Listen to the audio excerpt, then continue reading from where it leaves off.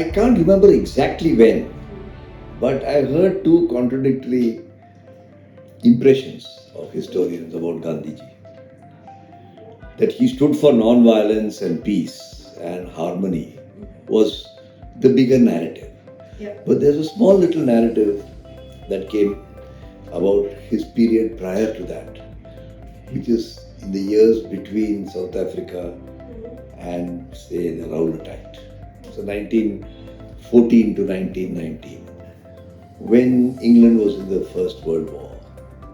And Gandhiji actually encouraged Indians to enroll and go and fight. And this struck me as being contradictory.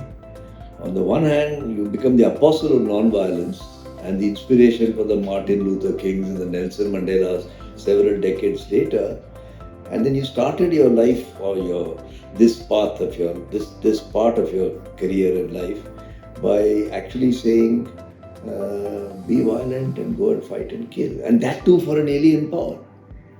He rationalized it, as I could gather from my small little readings, by saying that when you are oppressed and there's something patently wrong, then you should fight for it. I can't remember whether he had said this, but what passed my mind was even Krishna said it in the Bhagavad Gita. But as I grew older, I realized that we are all a bundle of contradictions. And I gain nothing by proving it's a contradiction, because Gandhi must have had his contradictions. To say that he was without contradictions is ridiculous. So why don't I look at his larger message to humanity? And I don't think he spent the rest of his life telling people to fight against injustice. He gave the opposite message. So somehow this intrigued me and I got a bit interested. I can't say I'm a Gandhi scholar. I can't say I know a lot about Gandhi.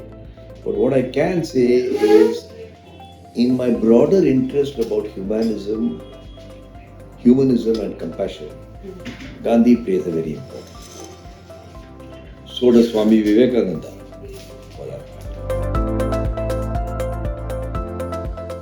What, not experiences, but what stories did you hear or research or experience about Gandhiji's compassion and humanism that you can articulate for us right now? I mean, his whole life was full of humanism and compassion. It will be idiotic and almost impertinent of me to try to recall some episodes.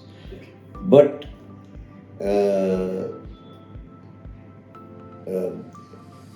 I found that in every act of his, he was also a politician.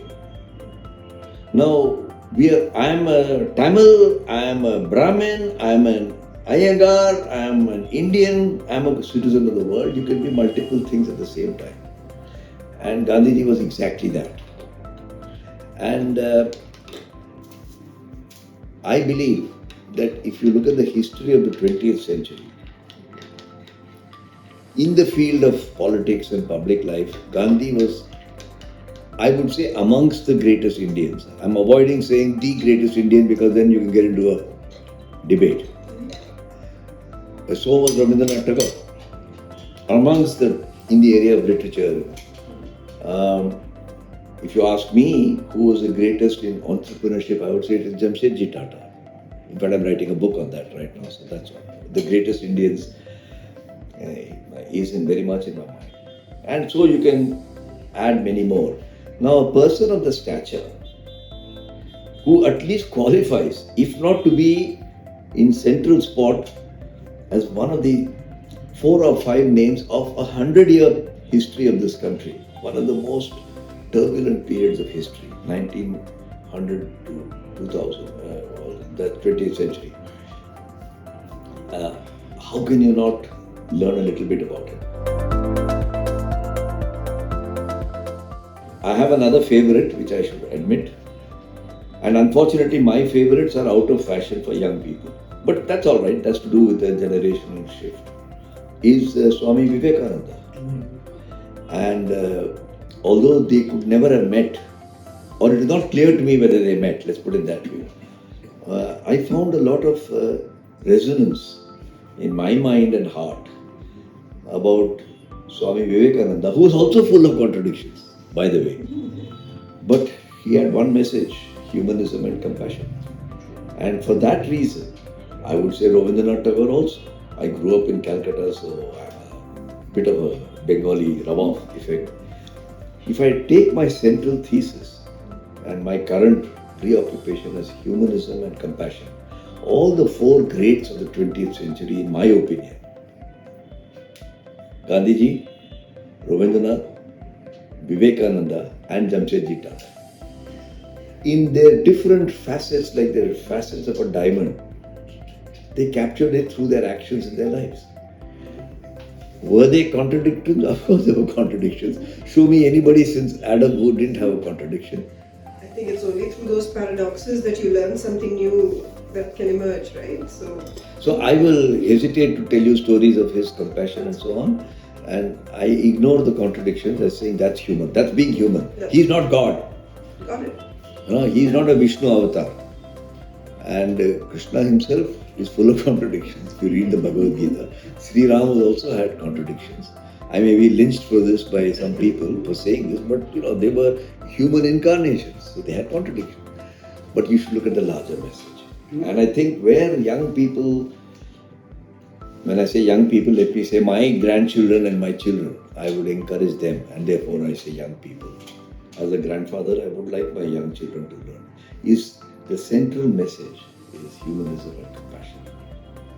And when Vivekananda said this in 1892 or 1893, when he went for that Chicago Parliament of Religions, Gandhiji was an unknown person. He got thrown out of a train in Johannesburg, Petermaritzburg. But Vivekananda said, when he explained to the American audience, a foreign audience, young man, he's wearing a saffron robe, he's sitting there, he's 30 years old, he said, I've never seen so much turmoil in the world. And you can repeat that from 1893 to today. You can make the same statement. And at some stage, intrigued by his repetition, the American audience asked him, Swamiji, what is your solution? He said, flood the world with spirituality. Now, I have changed the word spirituality to humanism and compassion, because spirituality immediately triggers off in modern times other sort of ideas. It's not religion that I'm talking about, spirituality. Spirituality, to me, any person who's humanistic and compassionate, Mother Teresa, Dalai Lama, they're all spiritual. They may or may not be wearing robes. Swami Vivekananda used to smoke, he used to eat meat, and he said, I don't see any contradiction in that. And I like that, because it's about being human.